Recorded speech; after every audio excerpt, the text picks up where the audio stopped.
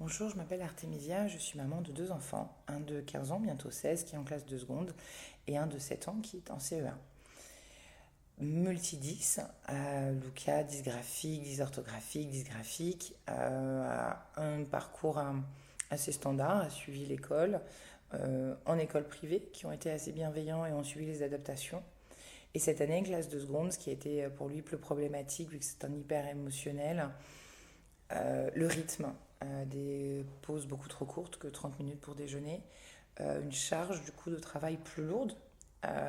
Et là, on a fait donc un point avec l'école.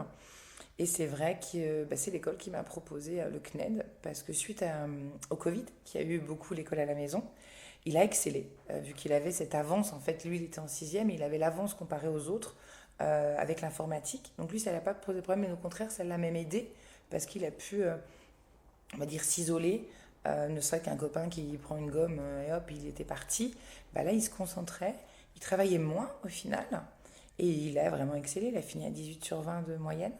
Donc là, ils m'ont dit, bah, écoutez, pourquoi vous ne ferez pas l'école à la maison, mais avec le CNED, pour avoir quand même un accompagnement. J'ai dit, bah, pourquoi pas. Le petit, lui, ça a été différent, l'école, c'est plus compliqué parce qu'il en plus il a de l'autisme, donc il faudrait qu'il puisse bouger beaucoup plus, et 30 élèves dans une classe qui bouge, enfin moi je voudrais pas être à la place de l'enseignant. Du coup on a fait pour les deux. Voilà comment on en est arrivé à faire ce choix.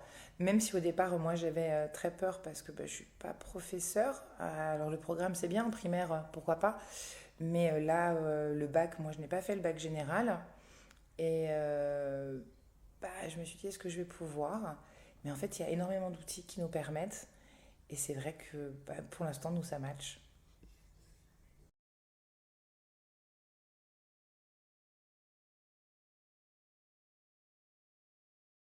Comment je suis venue à utiliser l'intelligence artificielle? C'est très simple. Moi, de formation, je suis photographe, infographiste, et ça fait plus de 10 ans qu'on utilise l'IA. Alors, ça peut paraître beaucoup 10 ans, mais oui, oui, il y avait des notions et on y est toujours. Et en fait, il y a un jour, on est arrivé à un stade sur un exercice de maths. Lucas ne comprenait pas bien, et donc il vient me voir, on en discute, sauf que moi je ne comprends rien, mais littéralement rien. J'ai beau regarder la leçon, j'arrivais pas.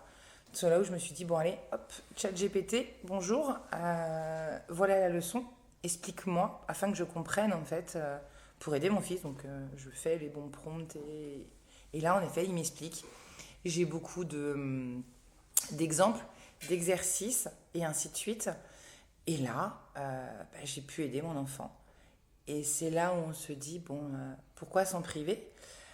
Faut faire très attention, bien sûr, si on fait du copier-coller, déjà ça marche pas. Et puis il faut surtout un bon prompt. Et l'autre exemple que j'ai au niveau du bon prompt, c'est pour le petit. Il n'y a pas plus loin qu'il y a 2 jours.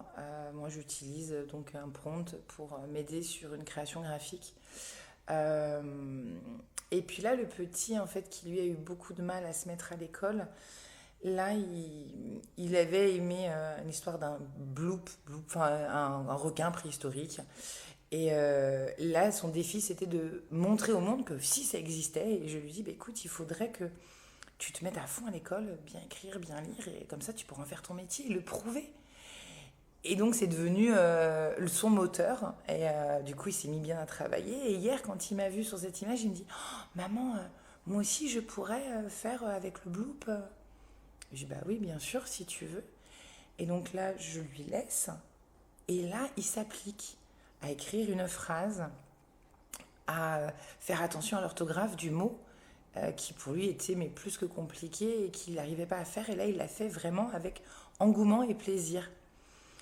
Donc ils ont bien compris que ça, c'était indispensable. Et puis si on va même plus loin, un prompt, s'il est mal fait, on n'a rien.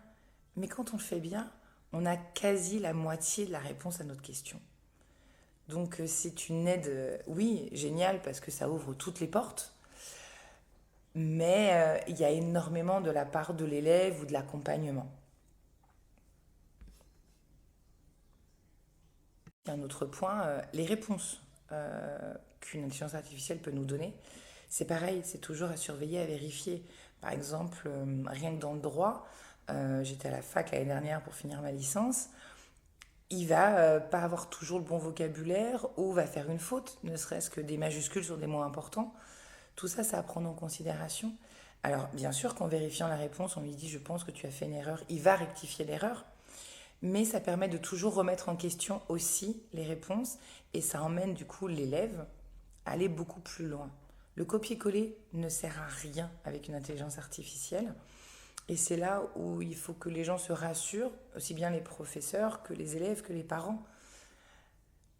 En tout cas, c'est mon raisonnement.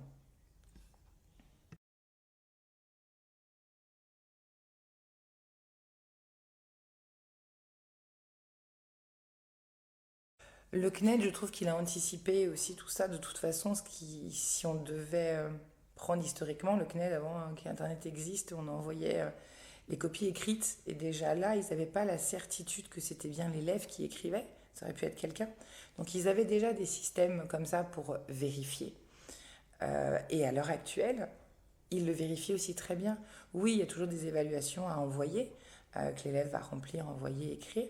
Une fois, il y a même eu un professeur pour Lucas qui a eu cette suspicion parce que Lucas avait des mots pareils dans le droit qui n'étaient peut-être pas de son âge, un petit peu avancé, mais avec tout ce que maman a fait à côté, ben, il avait du coup un vocabulaire qui était peut-être plus soutenu dans ce domaine et donc elle a eu une suspicion.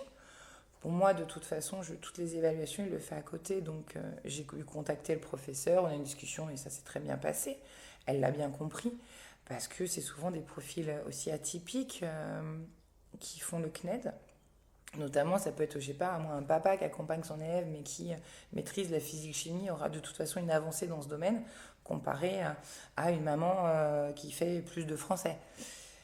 Et dans leur méthode d'évaluation pour les enfants, ils ont aussi une méthode de QMC. On se met en ligne, on active, donc il y a le chrono et l'élève doit répondre aux questions. Donc si il n'y avait que les IA pour faire les évaluations, bah, l'élève au moment des QCM, bah, il serait complètement pénalisé. On verrait qu'il y a vraiment une différence. Et c'est comme ça qu'ils arrivent à anticiper et ce qui nous permet, bah, nous, de garder les portes ouvertes.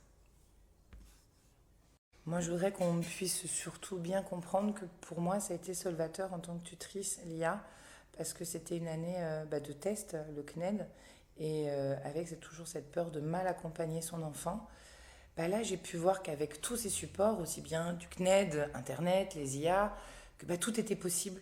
Parce que même si on ne sait pas, on peut apprendre. Et ça, c'est juste extraordinaire.